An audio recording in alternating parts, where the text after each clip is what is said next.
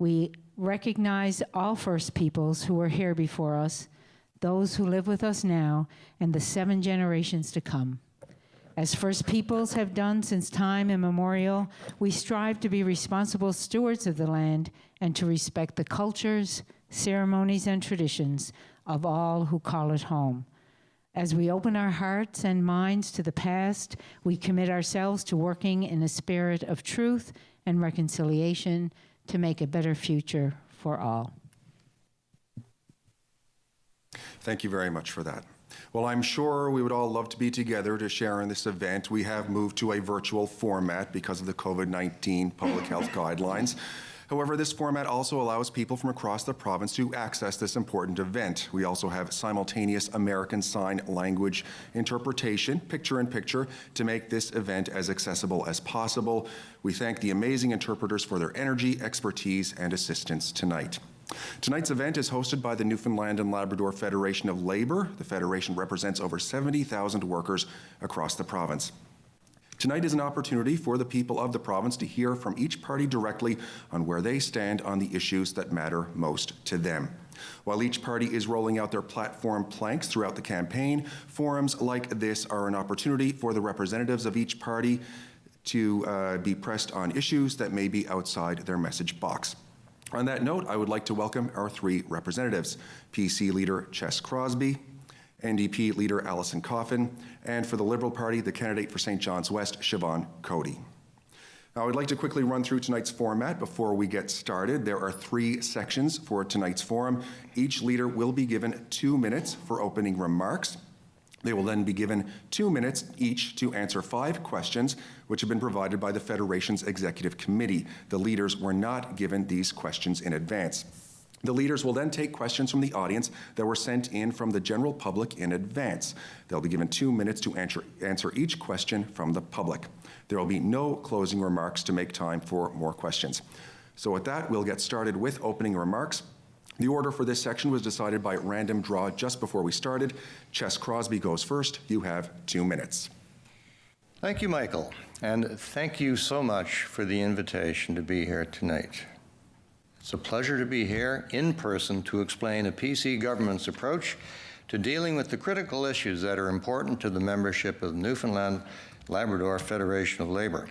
But let's stop and take a moment to address the elephant in the room. Andrew Furey isn't here. With all respect to Minister Coady, it's just remarkable that the Premier declined to attend this evening's event to look you all in the eye and defend his plans for the province. I commit to you right here, right now, I will never hide from the issues that matter most. In this election, you have a clear choice, cuts or growth. I'm here to talk about growth. No region has ever cut its way to prosperity. It just doesn't work that way. There's only one way out of this crisis, and that's to bring back jobs and to protect the jobs we already have. You are our frontline workers, serving the people. Many of them are most vulnerable. My entire career has been about protecting the vulnerable from the system. I'm a champion of openness and honesty. I'm a true believer in the power of collective bargaining. I negotiate in good faith. I honor collective agreements. I protect public services, not cut them. I will collaborate in everything I do with our labor unions and frontline workers in a true partnership.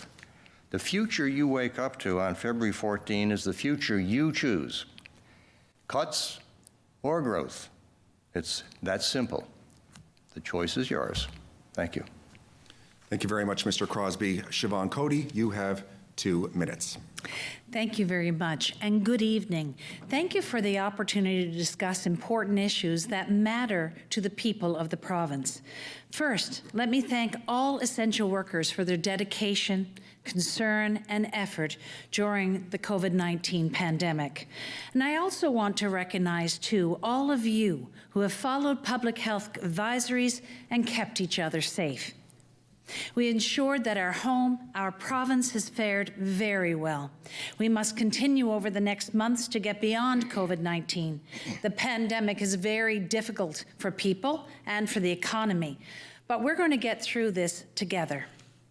One of the most important things we must ask ourselves as we emerge from this pandemic is, what do we want for our province and ourselves in the next 5 to 10 years, and what do we need to do to get there? Newfoundlanders and Labradorians have always been resilient, hardworking, caring, dedicated to home and to each other.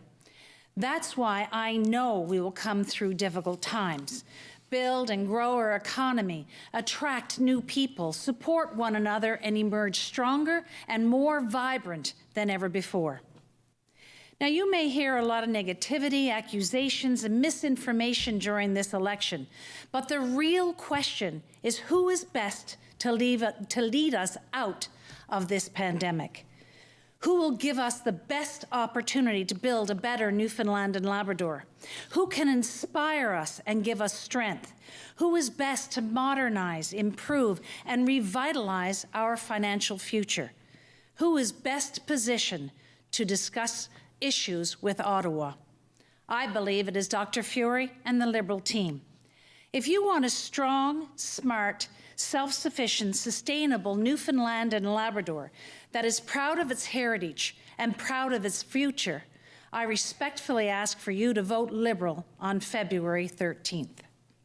Thank you, Ms. Coady. Alison Coffin, you have 2 minutes. Thank you, Michael. Thank you to the Federation of Labour, and thank you to all our brothers and sisters who are watching at home, and especially thanks to the folks who are working tonight. Good evening, and thank you for hosting tonight's Leaders' Debate. We know that workers are the backbone of our province.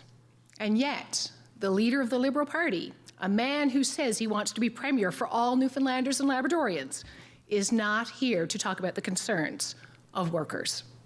At a time when so many of us are worried about the uncertainty that lies ahead, the Liberals have called an election before you, the voters, get to see the recommendations of the Green Report. Newfoundlanders and Labradorians deserve to know what Andrew Furey is planning to cut before they cast their vote. We have seen the Liberals and the Conservatives time and time again make big promises to get elected and then cut our important public services. New Democrats are clear. For us, cuts are not on the table. The pandemic has put a lot of extra financial strain on many Newfoundlanders and Labradorians. Paying bills or rent, buying food and medication, all of these things have become huge concerns for too many people. If we have learned anything during this pandemic, it is the importance of our public services and the essential contributions of so many, like grocery store employees. New Democrats will fight for everyday people by making life more affordable for you and your family. We are committed to raising the minimum wage to $15 an hour by the end of 2022. If people cannot afford to live here, they'll be forced to leave to get work. That is not an immigration strategy. The decisions made by decades of Liberals and Conservative governments have brought us to this place of financial uncertainty. If we want a different future, we have to make different choices. People are worried that the Liberals and Conservatives will cut health care and other public services to deal with the deficit they created. My commitment today is that New Democrats will fight for your families, for strong health care, for good jobs, and vibrant communities. We will make sure that government works for you. Thank you. Thank you very much. We'll now move on to Section 2, prepared questions from the Federation of Labour. First question. Over the past year, our healthcare system has been put under additional strain because of the pandemic. Healthcare spending represents a large portion of the province's expenditures. The stress and strain on our healthcare system is likely to grow in the coming years as our province gets older. This past year, we have heard from healthcare workers about working short, being forced to do overtime, being refused leave, and speaking out about concerns that this is having on patient care. What concrete action would you take to improve working conditions and outcomes in our public healthcare system? And the first answer will come from Alison Coffin. Thank you very much. We all know that our healthcare workers are absolutely exhausted. They've been working extra overtime. They have, when they get called into work, they're asking to stay and do extra shifts. And some workers are working as many as 16 hours a day. This is too much. They are exhausted. They are mentally drained. Their families are suffering. They have to go off on sick leave because they can't keep up with it. And that means our patient care is suffering as well. What we have seen, and in fact, in the mandate letter of the Minister of Health, is to provide the same services but at lower cost. So cut our healthcare budgets. That will not work. What we need to do is we need to ensure that the folks who are working so hard to protect us during COVID-19 and provide the vital services that we need are protected. They are supported in their workplaces and they have access to the supports that they need. So what we would like to see is hiring more permanent staff instead of asking the current staff to work overtime, not relying as much on making the folks who are working so hard work even harder to make up that shortfall. That will not work. We need to invest in a solid healthcare foundation. We need to ensure that we do not have any more red alerts with our ambulance system. That is not serving anyone well, not the people delivering those services and not the people receiving those services. There is no way we can cut our way to prosperity. We need to ensure that the people in our public service who provide those essential services to us are well supported, are well paid, and we have a robust healthcare system that ensures that everybody has access to the services they need, when they need them, where they need them. Thank you very much. Thank you very much. The next answer is from Chess Crosbie. Well, thank you, Michael. The question is about health care, and it addresses burnout and overwork and the conditions of life of people who work in the system and the difficulties they face. And, you know, I can't imagine how stressful it's been for all these folks, members of the Federation of Labor, to have undergone all the fears, stresses, and demands of the pandemic period that we've been living through for almost a year now. In particular, having to commence what was at the beginning of it a very unknown quantity, what the virus was capable of, what its mortality rate would be, how sick you would get if you got it. There was a lot of fear around, and unfortunately, we discovered at that time that we had destroyed, under the Liberal government, our pandemic supplies and stockpiles. That was a rather dismaying thing, and if you remember back to the initial months, there was always a race against having enough PPE on hand. So what I can tell you is a government under me, a PC government, would never be caught short of pandemic stockpiles and PPE. That's the first commitment I'll make to everyone in this province and to all healthcare workers. You will have adequate PPE. The other commitment I would make, and this again is in the context of the pandemic, is that we've got to do better with the vaccine rollout. The vaccine rollout nationally is disappointing, to say the least. We don't have adequate vaccine. We're well behind other countries. And this province is second from the bottom in getting the vaccine into the arms of the people who need it most, including our healthcare workers. Thank you very much. And Siobhan Coady, you have the final answer. Well, first of all, let me address, as Mr. Chess Crosbie said, the elephant in the room about Dr. Fury not being here this evening. I'm going to say to Chess Crosbie and to Alison Coffin, I will not be diminished. There are young girls and young women listening here tonight. I am Deputy Premier and Minister of Finance. In the Liberal Party, we have a team of leaders. Dr. Fury has expressed his, I guess, his strength and support for that team of leaders. I certainly am here to debate and discuss the issues at hand this evening, and certainly am capable of doing it.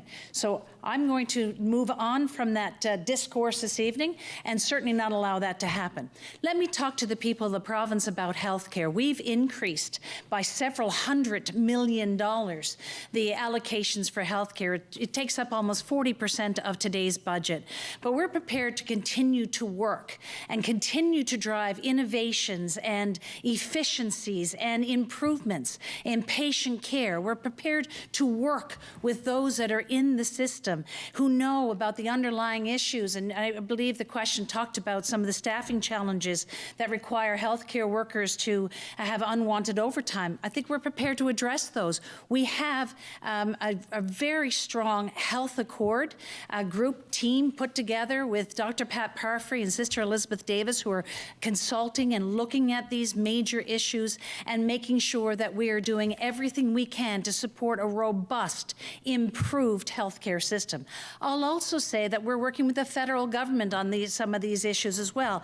As you may know, the federal government is committed to about $1 billion in long-term care funding for long-term care residents and for the healthcare system. And we're committed to working with the federal government to tap into that funding. And I will also say that we're talking to the federal government about how they can improve the healthcare across the country. Thank you. The next question. Well, some would say we're all in this together. It has become apparent that the impact of the pandemic has not been equally felt by all. In fact, the pandemic has exposed many gaps that exist in our society for some of the most vulnerable in the province. How do you plan to support the workers and families who have been disproportionately impacted by the pandemic? And the first answer comes from Siobhan Coady. Thank you very much. This pandemic has been extremely hard on families, extremely hard on workers. We all recognize that. That's why we have the Essential Workers Program to provide top-up. That's why the federal government has programs to assist people that may be displaced during the pandemic. It certainly has also exacerbated and shown how the most vulnerable in our society really are challenged, especially during the pandemic. I can tell you that we have put $123 million in the budget to help the seniors in our province to access more funding, more available funding for them. I can tell you that we also are working with Food First NL, for example, and helping them to make sure that we have adequate food supplies across the province. We're also putting an intense amount of pressure of growing our agricultural industry. You know, you go back to the 1980s, we were more food sufficient, more food prepared than we are here in the province today. So making sure we're growing the agricultural industry is equally important, but supporting the most vulnerable is essential, it is important, and we've been doing all that we can to do that, working with community groups. We've also talked about during this election campaign of working more with community groups and what they call the community sector, the third biggest employer in this province. The community sector, they are delivering frontline services, and how can government work even better with community groups? How do we innovate and improve the amount of work that they can do in their communities? So food security, assisting the most vulnerable through payments to their systems and assisting the seniors programs with additional supports and monies, and ensuring that we're doing all that we can to modernize government services. Thank you very much. The next answer is from Alison Coffin. Thank you very much. We all know that the cost of groceries is going up. In fact, we've heard that they're increasing by about 5% this year. We know that we're going to see the rate shock of Muskrat Falls because we still don't have rate mitigation.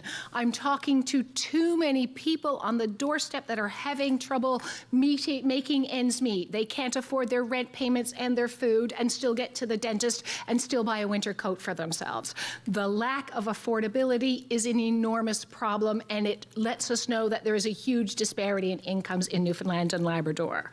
We know that we've had ample opportunity, the Liberals and the Conservatives had ample opportunity to help folks who have been in these situations, to give us a more robust social safety net. That has not happened. New Democrats, however, have committed to a $15 an hour minimum wage, and we want to see that happen by the end of 2022. You put more money in folks' pockets, they can afford to put that money back into the local economy by getting access to dental care, by being able to afford their medication, by being able to pay their rent. This is absolutely vital for them. In addition to that, we want to improve affordability by allowing more home retrofits. We want seniors especially, but people who have low incomes to be able to access home retrofits so they can make their homes more energy efficient. We want to improve the home heating rebate, and in fact, we've just announced up to a $250 home heating rebate for folks who are having difficulty paying their light bills. The more money we put back into folks' pockets, the more money is actually going to be used to help them build a life and make sure that they can raise their families in a safe and secure way and not worry about if they can buy a winter coat or if they can afford next month's rent. Affordability is absolutely key, and we know that we need to invest in people. Thank you. Thank you. The next answer is from Chess Crosbie. Thanks, Mike. The question, of course, focuses on COVID and the impact of the pandemic on workers and their families. Many workers are workers in the public sector, and of course their families are affected by all that goes on in the public sector. I listened attentively to Ms. Coady, the Deputy Premier and Minister of Finance, when she made her opening remarks, and I didn't hear her say anything about preserving jobs or preserving public services. I also didn't hear her say anything about what she expects the contents of the Green Report to be. She told us that we don't need the Premier here because she's the Deputy Premier and she can speak for the government. Well, she's also the person as Minister of Finance and Deputy Premier who was instructed by her boss, the Premier, instructed to implement the Green Report. So I'm hoping in the course of this debate we'll hear more from Ms. Coady about what the Green Report is going to contain and what it means in particular for public sector workers, for the vulnerable, and for rural Newfoundland and Labrador. Now, to be more specific on the impact on workers and their families of the pandemic, mental health is a big issue. In fact, mental health is a big issue that arises, brought to the fore yet again by the pandemic in general, and of course, it affects workers and their families as much as the rest of us, perhaps more so if you're a frontline worker and are concerned about the exposure to yourself and your own safety and your own family. So part of the way of addressing that is implementing the recommendations of the Child and Youth Advocate about mental health, the All-Party Committee about mental health, and reducing wait times for counseling. Our next question. Our province's economy is currently heavily reliant on the extraction of non-renewable resources. Many countries and jurisdictions are shifting their economies to focus on a more environmentally sustainable economy to meet climate commitments and create good new green jobs.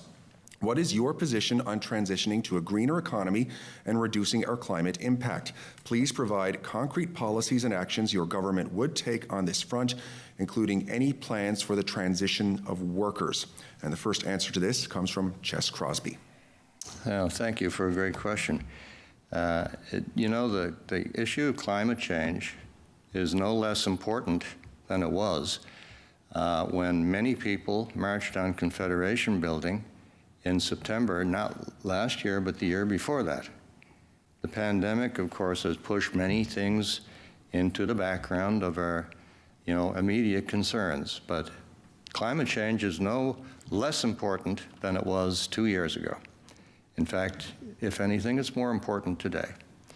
And so, in that context, we have to remember and not be ashamed of the fact that we will, when Muskrat Falls comes on full power, which is scheduled for near the end of this year, we will be 98% clean hydro energy in this province, and also in a position to export that clean energy to other provinces and possibly even jurisdictions in the United States to help them address their climate change efforts. So that's something we can take some satisfaction in. And in the longer run of history, I think we'll look back with some sense of satisfaction once we're past the immediate distress caused by the fact that the project did go over budget and is taking far too long to complete, some of which happened on the Liberal watch. Specifically, we can use that electricity for things that we haven't imagined yet. Down in the harbor, we have supply vessels. We have other ships, the St. John's Harbor I'm talking about, and there are other harbors.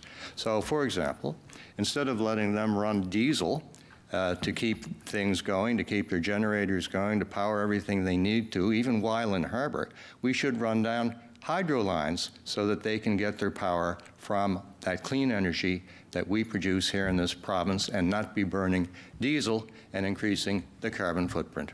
Thank you. Our next answer is from Siobhan Coady.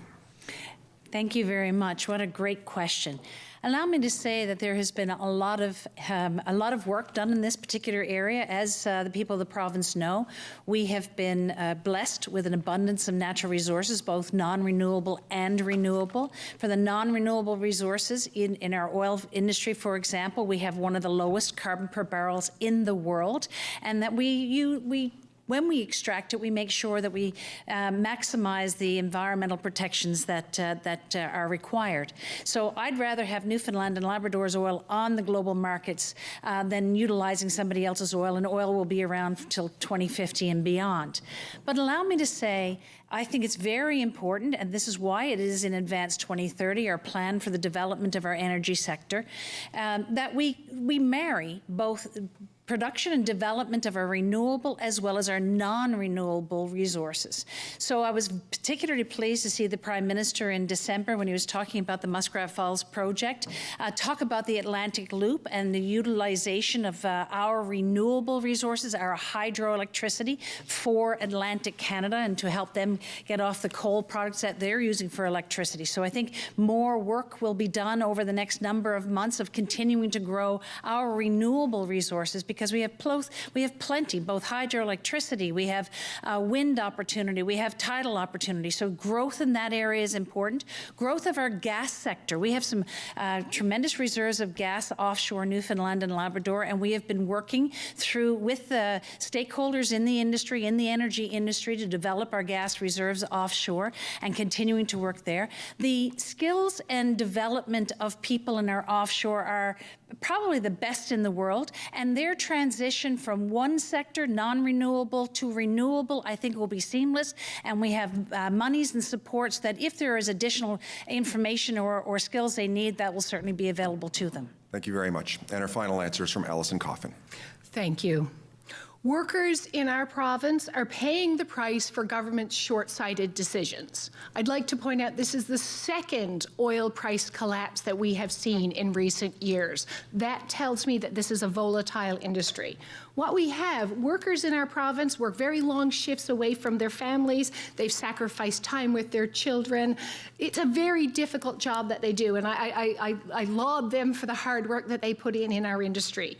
However, the world is moving away from oil. I think it would be very responsible of Newfoundlanders and Labradorians and our government to accept the fact that we are transitioning from oil into other industries.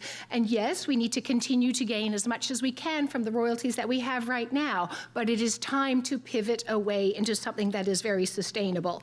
I'll point out that the Auditor General has been pointing out for little more than 10 years now, and it is also in the mandate of the Green Report, that we have been told that we need to diversify our economy. And yet for 10 years, we have not diversified our economy. Something needs to be done now if we're going to have a plan for those workers to transition into other activities. What I think is a very good idea, what New Democrats know is a very good idea, is helping workers transition into other relatable jobs. For example, ROV operators who map the ocean floor looking for petroleum products can also map the ocean floor to tell us what kind of environmental damage we're doing and how can we become more environmentally sustainable, and how can we do scientific research on environmental issues and become stewards of the environment. That in itself is an industry. We're going to move into green jobs, and that can come through retrofits to help us bolster our energy efficiency.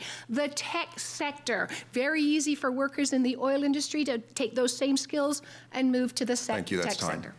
Thank you. Our next question. The province is facing challenges on a number of fronts, both economically and socially. In some other provinces, governments have shifted to privatization as a way to offload public services to the private sector. Do you support the privatization of public services? If yes, please provide details on what services you think should be privatized. If no, please elaborate on your rationale. And the first answer is from Alison Coffin. Short answer is no. I do not support the privatization of public services. Public services are just that. They are publicly available to absolutely everyone. Public services are not for profit, and we shall not sell or give away those good public service jobs for a profit motive. The workers in our public sector are absolutely vital, and we all rely on them. Privatization is not an option.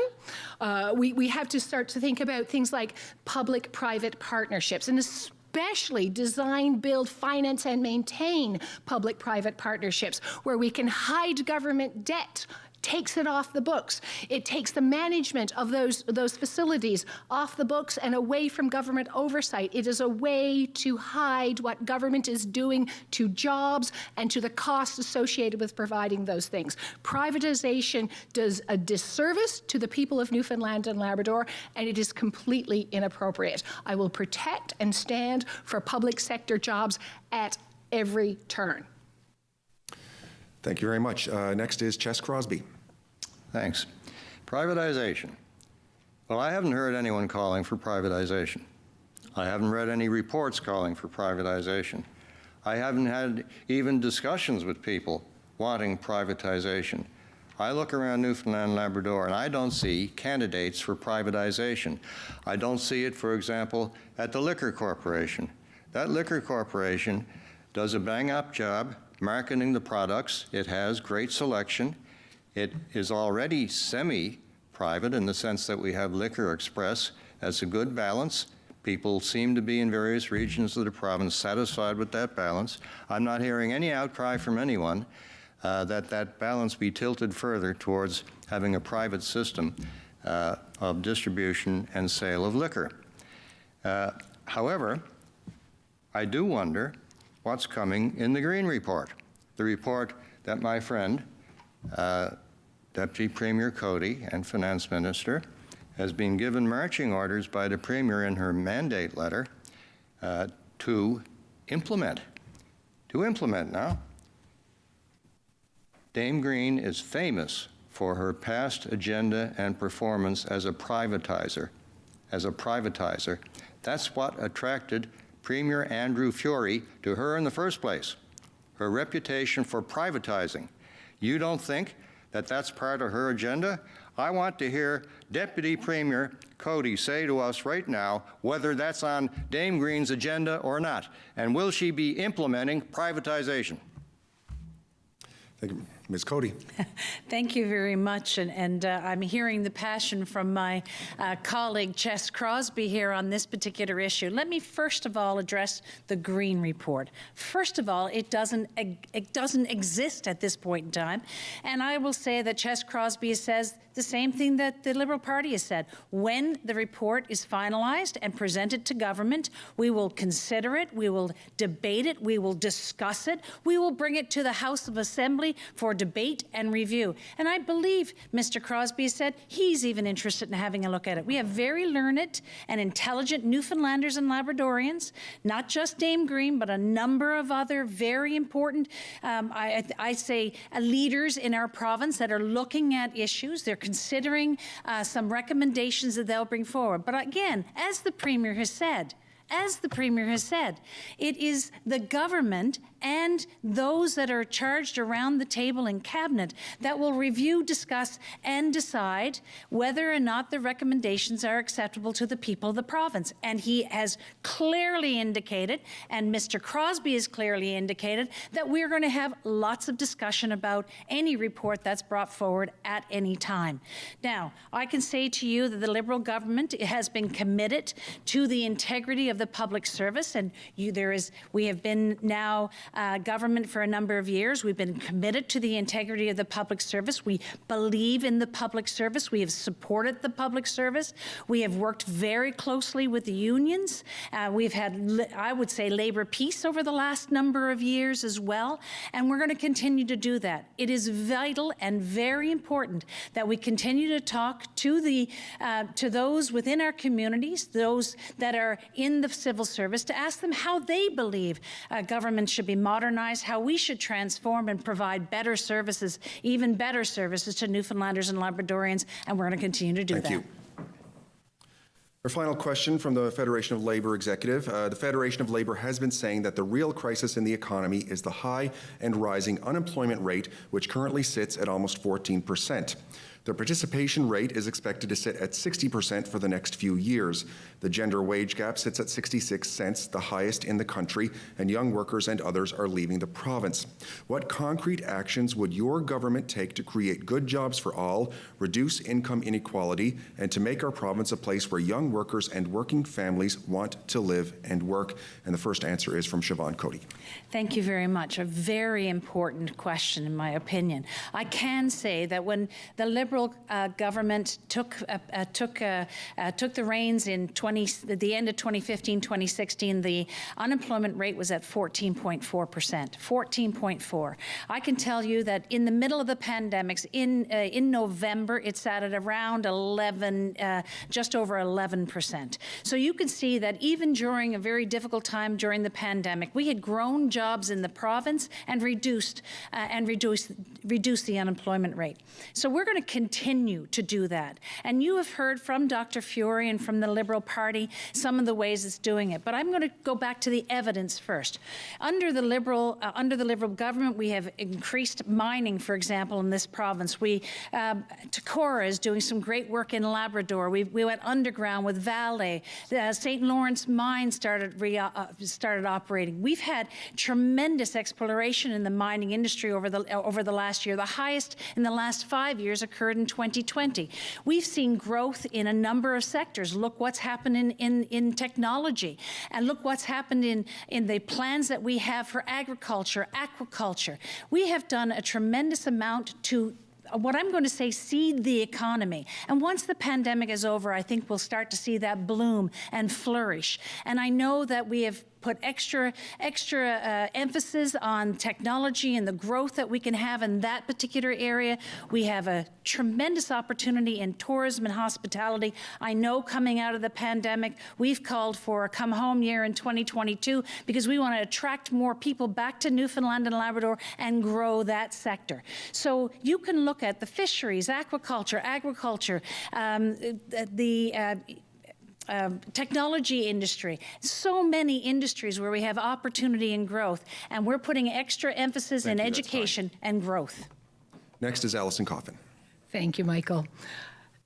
I hear too many stories of children moving away, of families having to pick up and move elsewhere to find a good job, or because they're very afraid of what was going to happen to the price of electricity. Are they going to be able to get a good job? Are they going to be able to afford a home? Are they going to be able to raise their children here? Too often, we are losing our youth to other provinces, and that must stop. To address some of the concerns of good jobs and income inequality, as well as make this a good place to live, I think that if we want to address youth, we need to start with maintaining our tuition freeze. We need to invest in infrastructure, both the university as well as the College of the North Atlantic, and we want to expand their mandates. By expanding their mandates, we can develop a knowledge-based economy, which is a huge multiplier, which provides good jobs, which improves the quality of life in Newfoundland and Labrador. One of the other things that we can do is we can add additional research grants to folks who are doing graduate studies and postgraduate works, which will also bring people to Newfoundland and Labrador.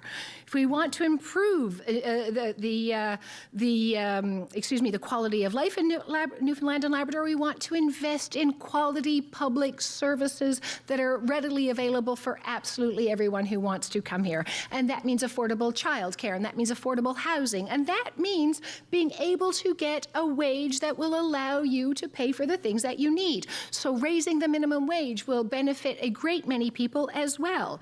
We do need to diversify our economy in many of the ways that I mentioned earlier, looking at the tech sector, looking at science and knowledge-based industries, as well as looking at our natural resources and investing in secondary and tertiary processing of those natural resources is absolutely vital. And I look forward to expanding on that when I have more time. Thank you. And finally, Chess Crosbie. Thanks, Mike. The premise of the question is that the real crisis that we face right now is a crisis of unemployment. And I agree because that is the whole thrust and theme of our election campaign. It is jobs and growth, obviously aimed at combating the crisis of unemployment. We want to create jobs. We want to grow our way out of the fiscal problems that we have, not cut our way out. We have a number of policies that I've been announcing in the last week, 10 days, to address that. And they involve targeted tax credits to stimulate job creation. One thing I think that labor leaders and frontline workers can probably agree on with me and my party is that business enterprises generally act in their own self-interest. And so when you incentivize them by giving them a financial incentive to do things that have a connection with job growth, generally you can expect them to do it. So we're going to establish a venture capital fund which will invest in local companies to help them expand their footprint in the province and expand exports. We're going to slash red tape, which frees up businesses to be productive and hire people. And we're going to establish a remote workers pilot project to attract people here who can work remotely and make their livings on the internet, as in fact one of our candidates, Fred Dodge, down on the Burin Peninsula, does himself. He markets his voice around the world. 98% high-speed internet connectivity to all residents by 2024. These are some of the program elements that we intend to prosecute. Thank you very much. That's time. We're now moving on to section 3 of the forum. This will be questions that were sent in by the audience. The first question is from Bridget.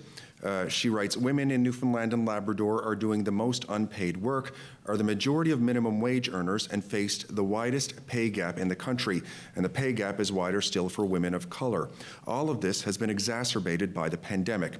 What evidence-based actions will you commit to in order to reduce gendered poverty and to reach pay equity? And the first answer is from Alison Coffin. Women are the majority of minimum wage workers. Raising the minimum wage to $15 an hour by 2022 will go miles to help women get ahead. We all know how women struggle. I talk to too many women who are working part-time jobs, trying to make ends meet, doing several shift works, and they sacrifice time with their families to do so. I talk to women who say, if I had a little bit more money, if I made $15 an hour, I'd buy myself a winter coat. We need to support women in all the hard work that they do. We know that the opportunity has been there to raise minimum wage, and yet the Minimum Wage Committee did not do that. And the Liberal government could have superseded what that Minimum Wage Committee recommended. They did not do that. So investing first in good wages is one good first step. We can also address women by helping them with affordable childcare, and I think that's a very important thing, and we have always advocated for affordable childcare.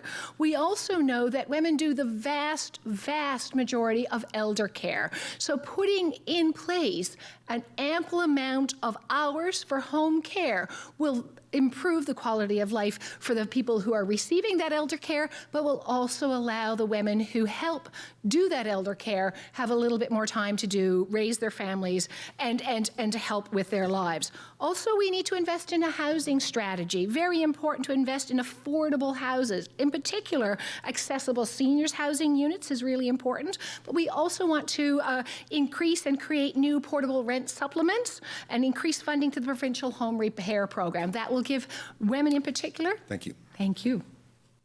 And our next answer is from Chess Crosbie. Well, thanks. That's a very challenging question, and it has to do with women and the pay gap.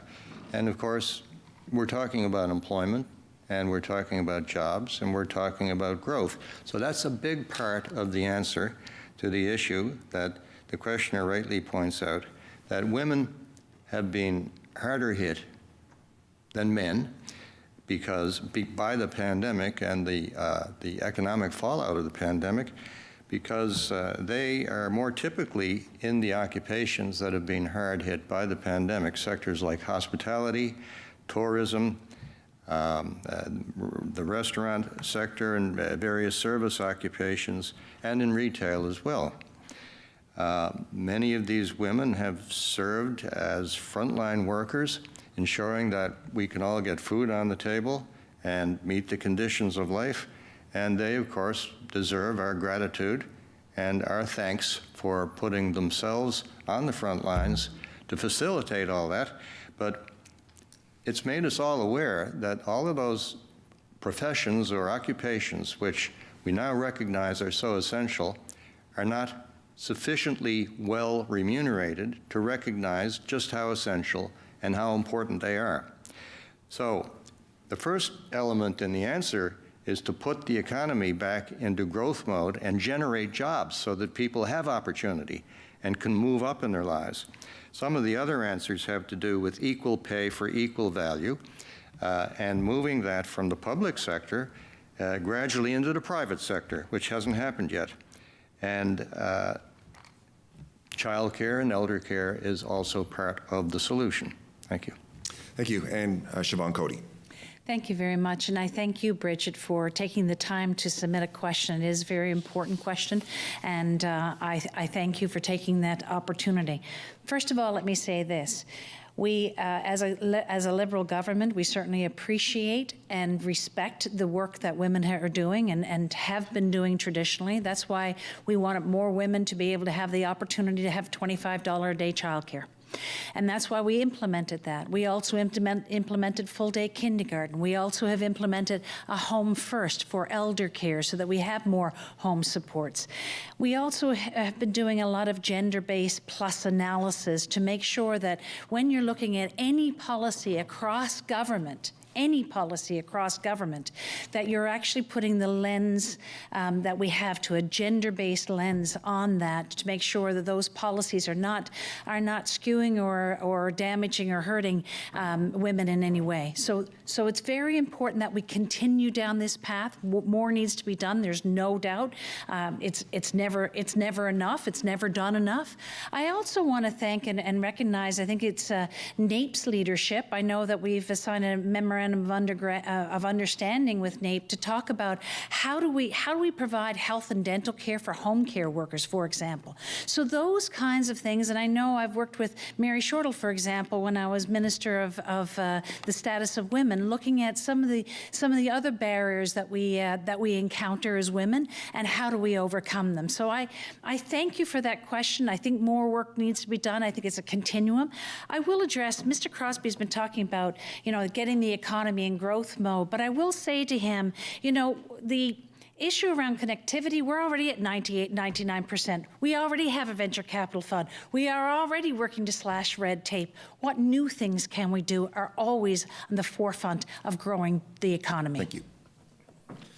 Our next audience question is from Nick. With the anticipated completion of Muskrat Falls, about 98% of electricity will be generated from renewables in Newfoundland and Labrador.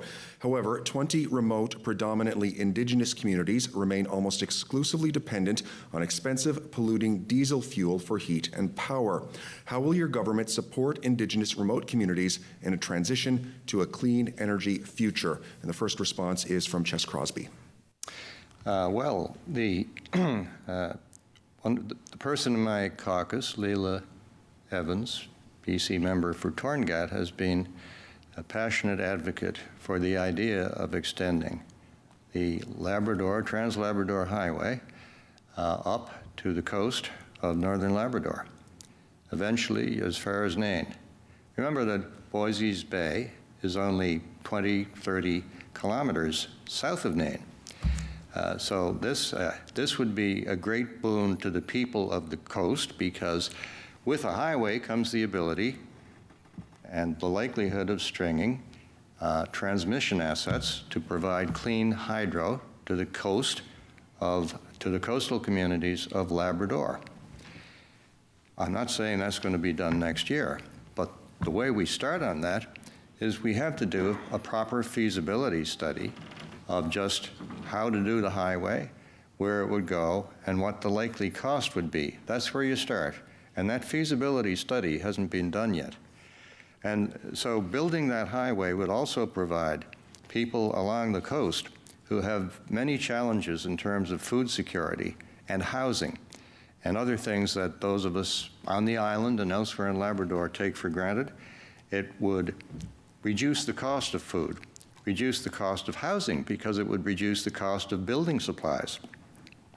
So it would have many benefits, and a government that I would be premier of will certainly institute that long overdue feasibility study of a highway to the north, completing the Trans-Labrador Highway. Thank you. Siobhan Coady. Thank you very much. This is a question that's near and dear to my heart, so thank you, Nick, for asking it. I can tell you that over the last number of years, I've advocated at the federal, provincial, and territorial meetings that this was a very important. If we truly want to reduce our carbon impact here in Canada, one of the first and best things we could do is get our rural and remote communities off diesel. And I was very pleased to see that included in the throne speech, a commitment by the federal government to do just that. I can say from the provincial government's perspective, because I'm so passionate about this, I can tell you that the previous Department of Natural Resources and Hydro went out for a request for proposals to look at how we can actually do what you're suggesting of taking rural and remote communities off diesel and substituting in either could be anything from hydrogen to hydro to solar to wind power, and we are working towards that, and I think it's very, very important. It is all part of the green economy. I'm glad to see that the federal government has money towards this, and glad to see the support of the Liberal government towards that end. Critically important. And I also think there's a role here as well, that if we can manage to develop our green resources in this manner, we can use this for export as well. And I think that's going to help grow our economy. Regarding the road to the north, it was in our budget this year to do some of the preliminary work on the road to the north. You've seen the commitment by the Liberal government to do just that, and we're working away towards that now in the Department of Infrastructure and Transportation. Thank you. Thank you, and Alison Coffin. Thank you. I'm sure we've all familiar with the story just before the pandemic, or just during the pandemic, when a lot of our northern communities were rationing diesel, and there was a huge uproar on how we were going to get additional diesel there. That is not appropriate. People need access to the energy so that they can run their homes and heat their homes and do all of the things that is connected to energy. We know that Indigenous people are an important part of our community, and we must respect and work with Indigenous communities in our province. So to do that, of course, I think that one of the very first things we need to do is finish that Trans-Labrador Highway. I don't think we need a feasibility study. I'm fairly certain that there's already a feasibility feasibility study. We need to ensure that that is finished and that they have a greater access to other communities and to the programs and services that folks in these communities absolutely need. But if we want to do this right, we know that the best thing to do is work with the elders of Indigenous communities, First Nations, Inuit, and Métis to develop and support Indigenous-led, culturally based programs and services that best suit them. So, if we wanted to get new types of energy generation to there, I think that we can partner with our educational institutions in particular and our Indigenous communities to develop small-scale hydro, wind, thermal, maybe not so much thermal, tidal powers, and alternative forms of energy generation, and put that knowledge in the hands of the elders and allow them to use that as best that they want in the ways that best suit them. So we need to engage them, but we also need to empower them, and we need to connect these communities. And I think that is the right approach. Thank you. Thank you. Our third question from Sharon. Paid sick leave helps workers recover and ensures low-wage workers don't fall farther behind. COVID-19 has elevated this risk to a life-and-death situation. Failure of employers to provide paid sick days is prevalent in retail and service sectors and disproportionately impacts frontline workers, especially those who work part-time. Excluding part-time workers from paid sick days can erode full-time jobs. If elected, will your party commit to introducing 7 minimum paid sick days annually, 14 days during the pandemic, and the second quarter of 2021 for all workers? And the first response comes from Siobhan Coady.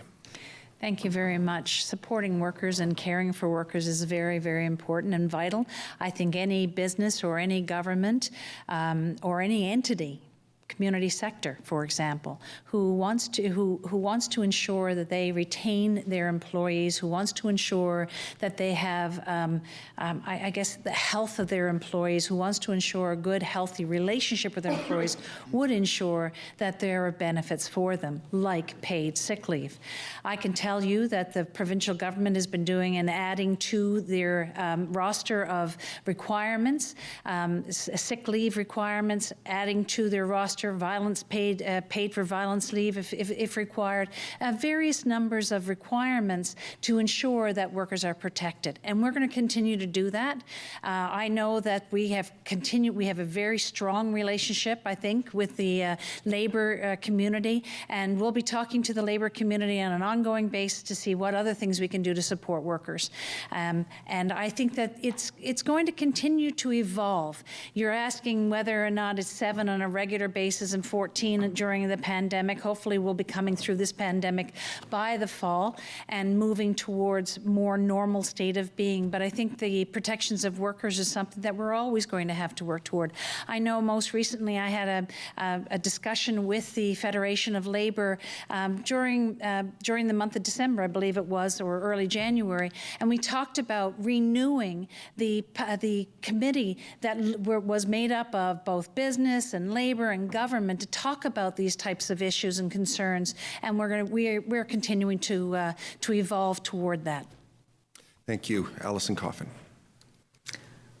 Too many of our essential employees that put their lives on the line during COVID did not have paid sick leave. That is absolutely abhorrent. I think it is very important that we protect the workers who have risked their lives for us throughout this pandemic and recognize that everyone deserves sick leave. Everyone gets sick. Now, we know that the federal government has made some motions towards recommending that we all grant sick leave. Our government has had the opportunity to do this. As we've just heard, the Liberals are hoping that we're going to be through the worst of the pandemic by 2021. We could have put this in place last year, and people would have felt safer. And if perhaps they were feeling a little bit sick, they might have been more likely to stay at home and protect themselves. And those assurances are absolutely vital for the folks who are putting their lives on the line to bring us the essential services that we need. I also think that we need to have presumptive COVID coverage by workers' comp. I think that's absolutely vital. And as we reform the workers' compensation, we do need to include COVID coverage. I think that is vital. Absolutely, my party has come out in strong support of at least 7 days paid sick leave, and 14 days with COVID is more than realistic, I believe. This also speaks quite loudly to the absolute need to reform the Labor Standards Act. It is hugely out of date and needs to be updated to reflect modern working conditions and the modern day labor market. Thank you very much. Thank you. And Jess Crosbie. Thanks, Michael. A big part of this question has to do with part-time work. And I remember being out, and Mary Shortle will remember this, the president of the Federation, in Grand Falls, Windsor, celebrating Labor Day in September, only a few months ago. And the Dominion strike was still on. And I was with Chris Tibbs, the PCMHA for that area. And we could see that there was a gathering of Dominion workers and their families, and they were having a family picnic in the parking lot. So we strolled over and we had a chat with the folks who were there, and their children were running around. They were having a barbecue. That was still in the days when you could have a barbecue. It was the weather was smiling on us. And I remember chatting with the shop steward for the local, who told me that for 33 years she'd been a full-time employee of Dominion, with enjoying all the benefits that goes with that, and the pay too, of course. And she had been demoted to part-time work after all that service. So that's why I think we need a modification and reduction to the HAPSET tax, which is a tax on jobs, to incentivize employers to full-time employment, not part-time, so that they don't get the benefit of the HAPSET tax reduction, the payroll tax reduction, unless they have full-time, except on that part of the payroll that is for full-time employees. We need to do more to incentivize full-time work. Now look, as to, you could take Signal Hill down and put it in the middle of downtown St. John's and you won't squat anyone. That's the state of our economy. So yes, I want to move towards these benefits, but we have to do it cautiously. Absolutely, we'll get there. Thank you. Our fourth question from the audience is from Jennifer. During the pandemic, home care workers were relied upon heavily to provide care and support for the elderly in their homes. Despite the increasing role that we play as healthcare workers, we do not have access to health and dental, pension, and other benefits. We are often overlooked and treated as second-class healthcare workers. What would you do to support home care workers for the crucial work that they do? And first up is Alison Coffin. Home care workers work intimately in homes with folks with all range of issues and concerns. They often risk their lives. They provide a very important service, and in fact, a service that is absolutely vital to folks. They cook meals, they change dressings, they help folks get around. This is vital for absolutely everyone, the folks who are doing that work, but also the people who are receiving that work. So we need to support our home care workers. We heard during the pandemic that there was not enough PPE, and I had a horrible story. Someone said they were mailed 6 masks and gloves in a manila envelope and said, good luck, that's what you get for the week. That is inappropriate. We need appropriate support for our home care workers. Part of that means we should give them the ability to unionize, and I think another thing that we can do is modernize our Labor Relations Act to make it a little easier for unionization to happen, but we should also give them access to dental coverage, allow them to be able to, if they are being paid by the provincial government, to be able to access provincial government benefits, which includes their benefits programs, as well their medical and health and dental insurance programs, in addition to pension programs. They are providing a public service, and I think they deserve the same protections as public sector workers. Thank you. Siobhan Coady.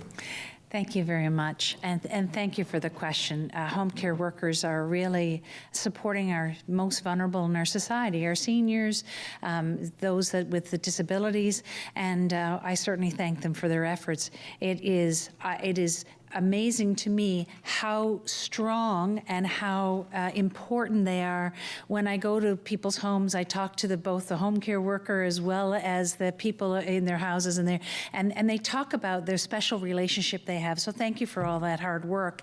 And I also want to recognize that, during COVID, the extra efforts that you have made and given to people, and I want to thank you for that. That's why we have the COVID Essential Workers Top-Up Program to kind of support you during COVID, and I have already spoken a little bit about the fact that we have signed a memorandum of understanding with the union to look at health and dental benefits for home care workers. I think is very, very important. I think we've also, in the last year, we've increased the minimum wage 4 times. It'll go up again in October of this year. We're going to continue to be looking at that. We have put a big emphasis on Home First, of trying to keep seniors and others in their own homes, because we know that's where people want to be. They want to be in their own homes, supported by home care workers. And so we want to continue to work with you to ensure that you have what you need so that you can give as much as you can and as much as you already do to the families that you support. And thank you again for your efforts there. But again, we are already working on this with your union. Thank you. And Jess Crosbie. I think the first thing you do to support home care workers, and in particular in relation to benefits and all other matters, they're as deserving as anyone, is that you got to realize that to begin with, you preserve the jobs you have, and you create more jobs. You have to create jobs. Creating jobs creates wealth, in the sense that people who are working generate wealth. That's wealth that you can tax. We need more people paying less tax who are employed, rather than fewer people paying more tax. That's how you generate tax and get the economy moving. Look, let's be realistic about it. I was starting to say, if you put Signal Hill down, smack down in the middle of downtown St. John's, you probably wouldn't squat anyone. That's how little activity there is down there now. Doors are closing. Businesses are shuttering. This is not the time, as deserving as it may be, to be making initiatives in terms of giving people benefits, even though they may be deserved. We'll look at that, but only after a jobs and growth platform bites. We get the assistance from the federal government through equalization and other programs that we deserve and we've been deprived of for many years, and the economy is working again. Then all these things become possible when you have a growing pie rather than a shrinking one, such as we have under the Liberals. Thank you. Our 5th question from the public is from Mark.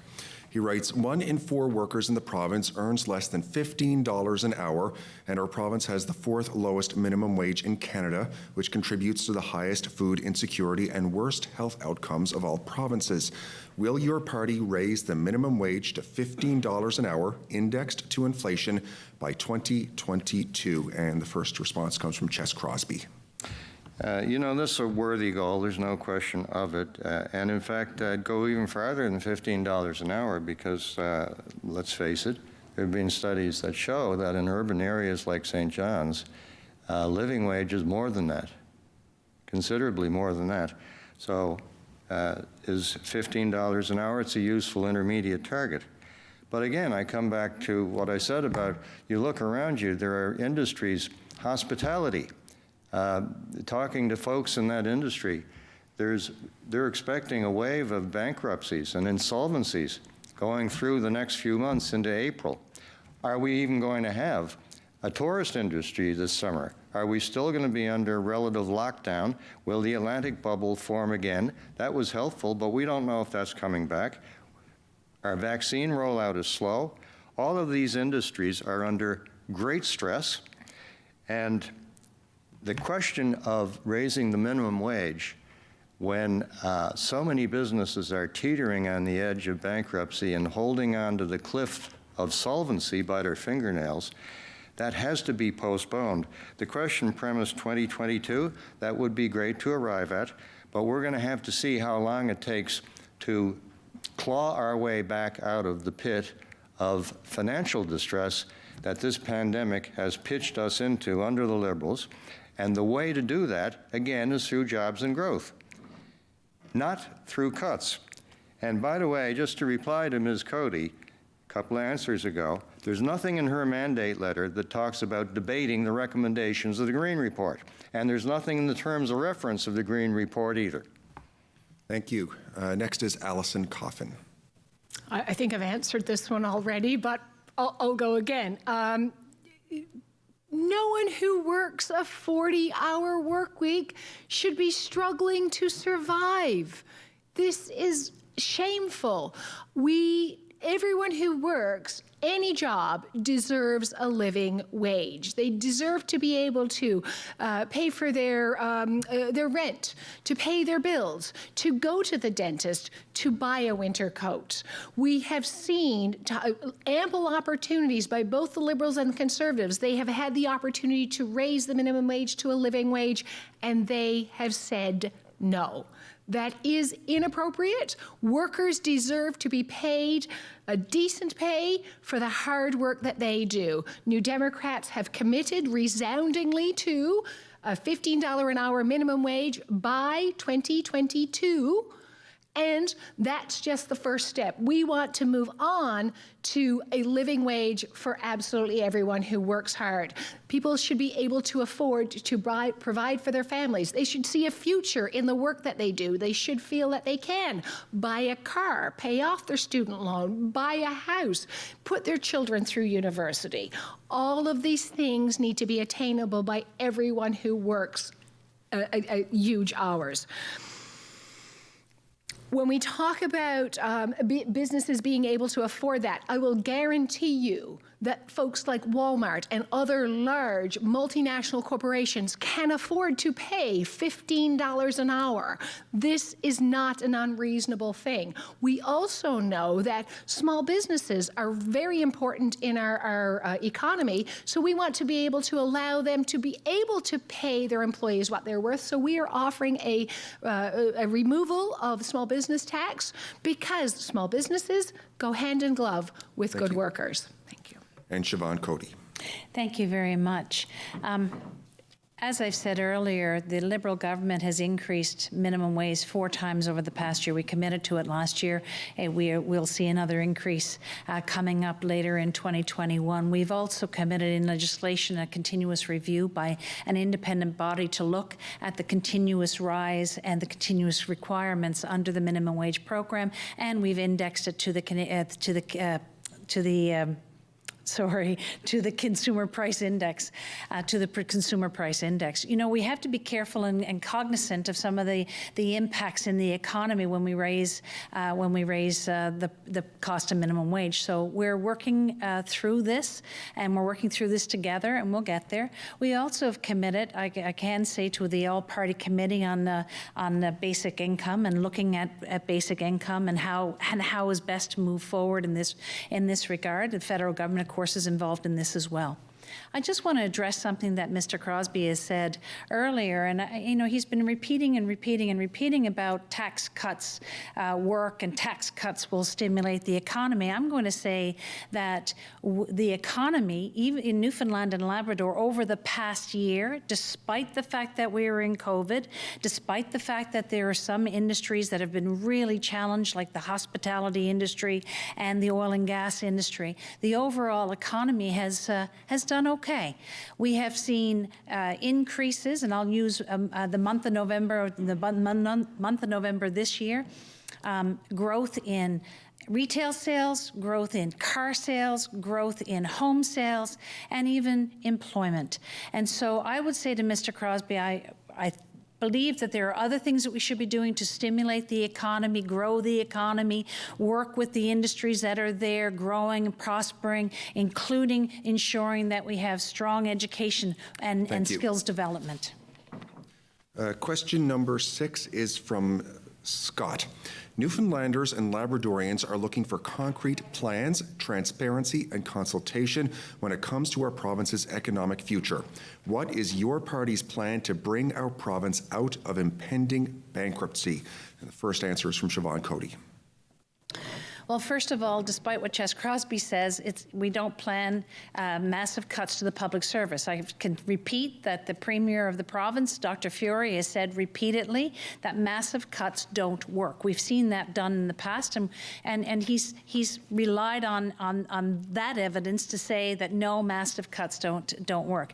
And I can say in collective agreements with NAPE, with CUPE, with the allied workers, with the teachers, with nurses, there is a no massive layoff clause. So, of course, we're not going to be moving forward in that. That does not work. What we will be doing is growing the economy, and I've talked about some of the work that we're doing in the technology sector, in the mining sector, in the oil and gas sector, in the tourism. We want to have more hospitality, and despite the challenges that COVID has brought, there are some really good opportunities in tourism and hospitality development coming forward and coming out of the pandemic.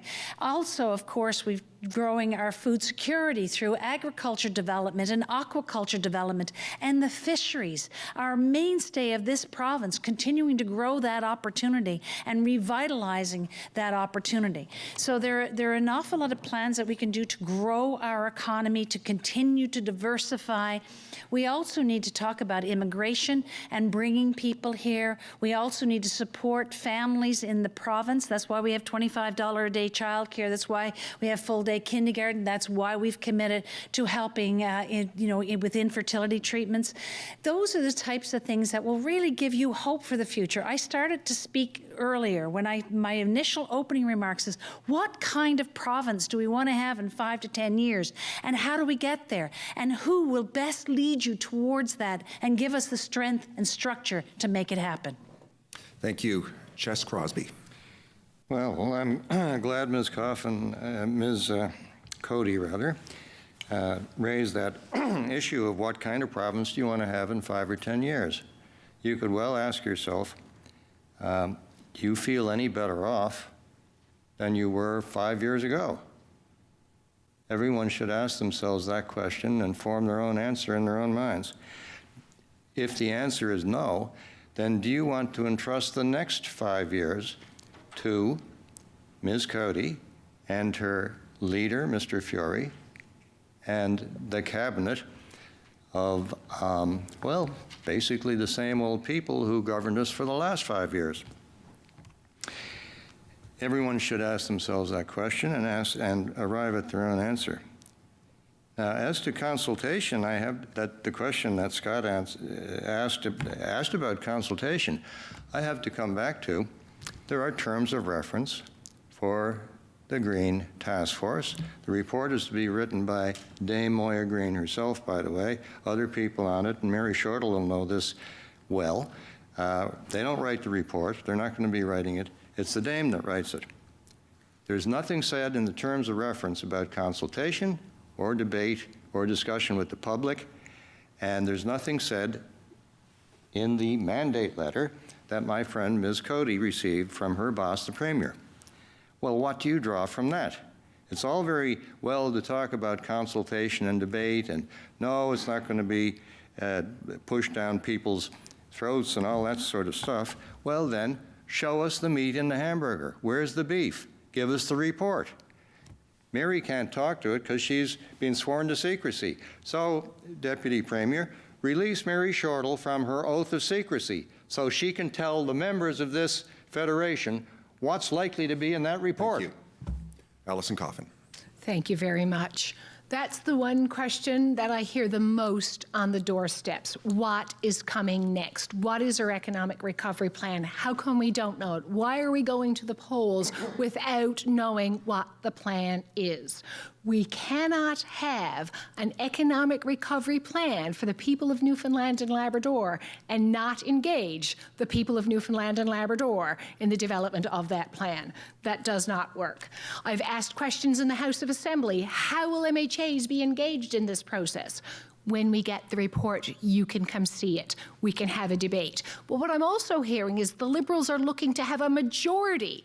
So even if that report comes to light and there's a majority, it's not going to make a difference because they're going to force whatever recommendations they want through. We can debate it, but they will use their majority to force those recommendations through. If we want true concrete plans and we want true transparency, we will not develop an economic recovery plan without the people of Newfoundland and Labrador. And instead, we will engage our MHAs, the people who are responsible for making the laws of this province, in developing that economic recovery plan. We will engage the people who are delivering our public services who will be most affected by this plan in the development of an economic recovery plan.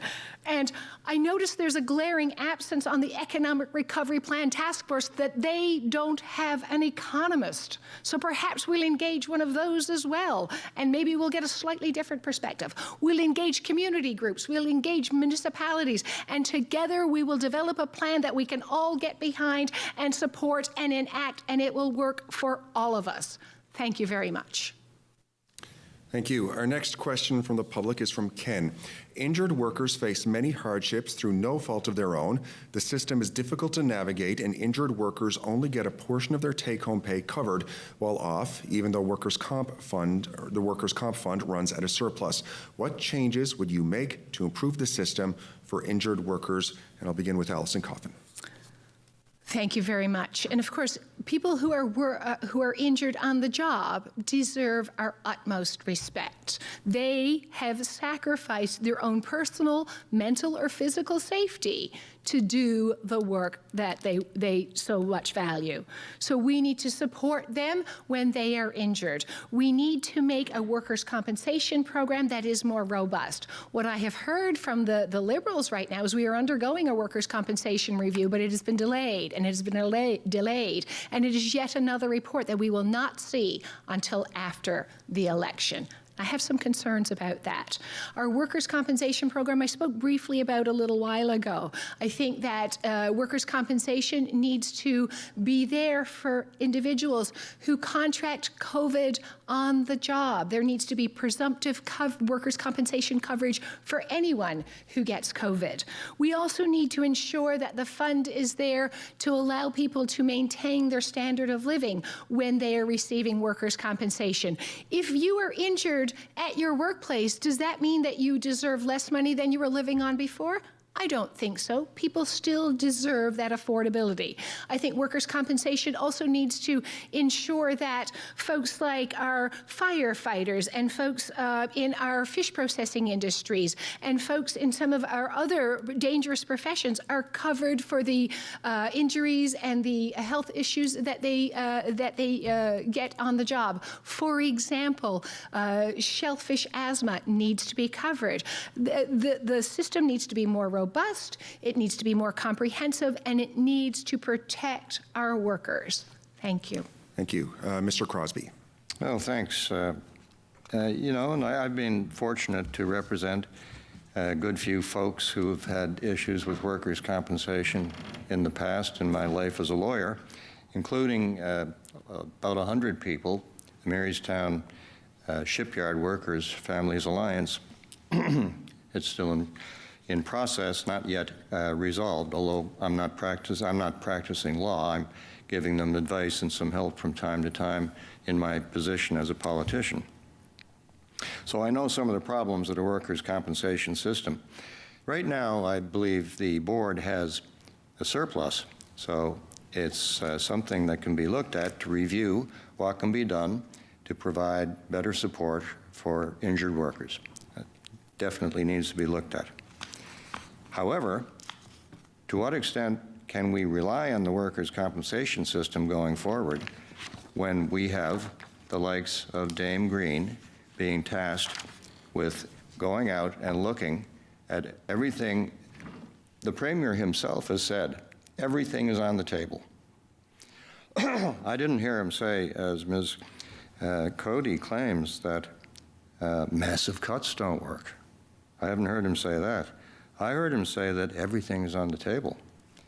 I also heard him say that saving sometimes to save the patient, you have to do some severe surgery on the patient.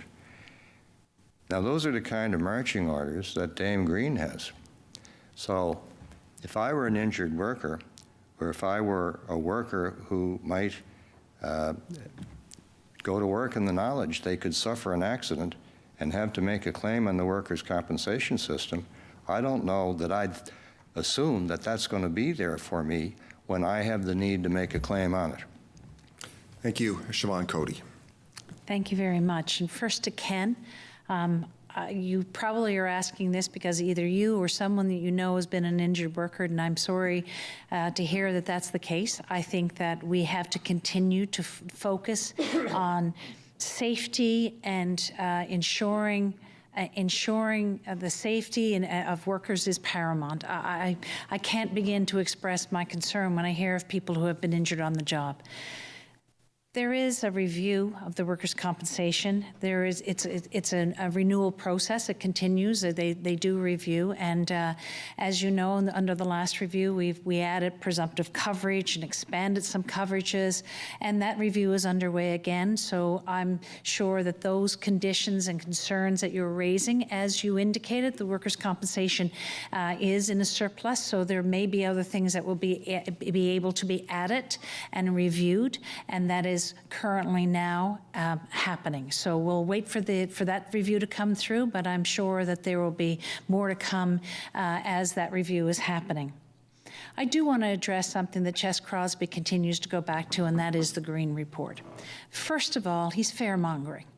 He continues to talk about Newfoundlanders and Labradorians who, as volunteers, have taken their time, their energy, their knowledge, and their experience to review and consider what possible changes we can make, improvements we can make in Newfoundland and Labrador. I know that when we talked about economic development, when we talked about how we can address the economic development concerns of the province, all he talked about was the Dame Green Report. Now, allow me to say this. It is important that we listen to others. It is important that we engage. And I thank the volunteers for doing their work and bringing that report to us for public discussion, as the Premier has said would happen. Thank you. Our final viewer question is from Elise. Will your government protect the province's inshore fishery from corporate control by enacting regulations to prevent licensed processing companies from entering into agreements to control inshore fish harvesting licenses? And I'll start with Ches Crosbie. Yeah, that's a great question. And I had a discussion with the leadership of the FFAW on such matters only last week. Always glad to hear their input. I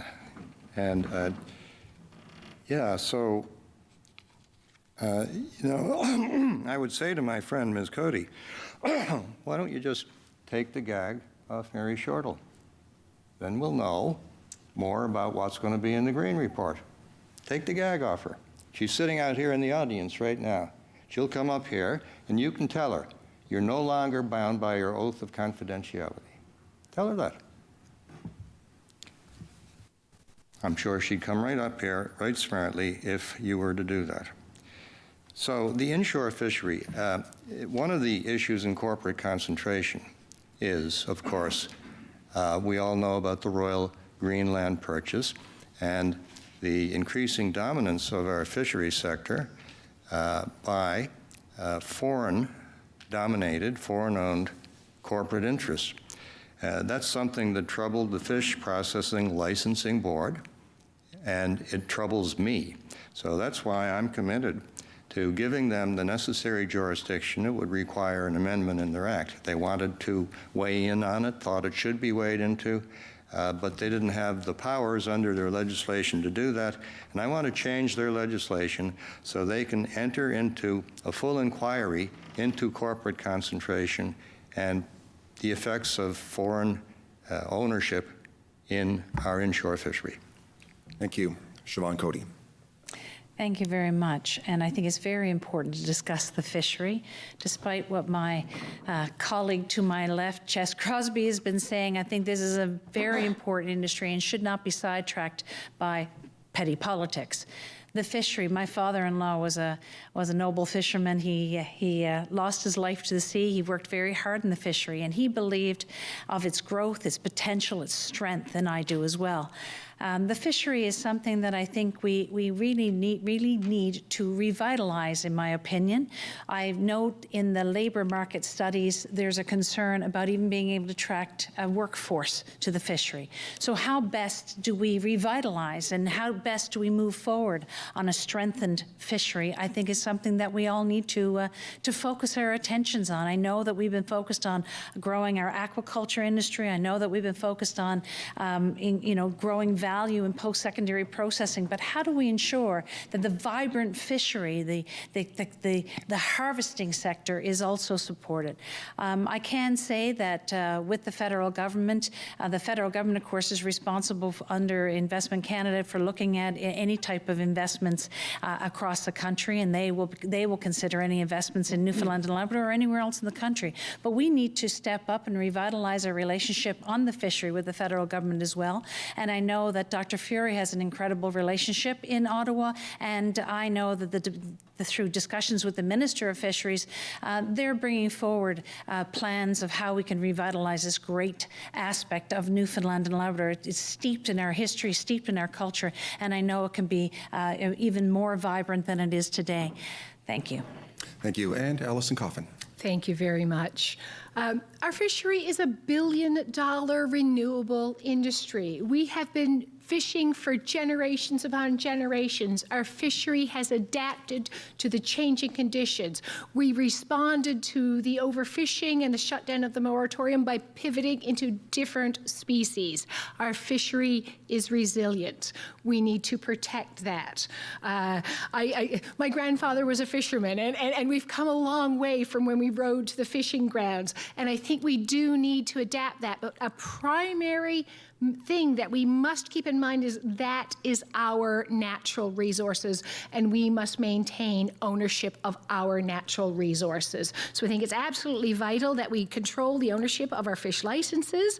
We engage in secondary and tertiary processing of our fishing industry. We maintain that control of our fishery licenses. We know that there are new opportunities in ground fish that can support thousands and thousands of workers in coastal communities. And in fact, the fishery directly employs more individuals than our oil industry. This brings life to our rural communities. This is such a vital part of our heritage, and it needs to be supported. And that is why the Newfoundland and Labrador New Democratic Party supports laws that prohibit processing companies from having controlling agreements in our inshore fishery, and believes it is time to enact strict penalties and fines for companies found to be in violation of those regulations. Thank you.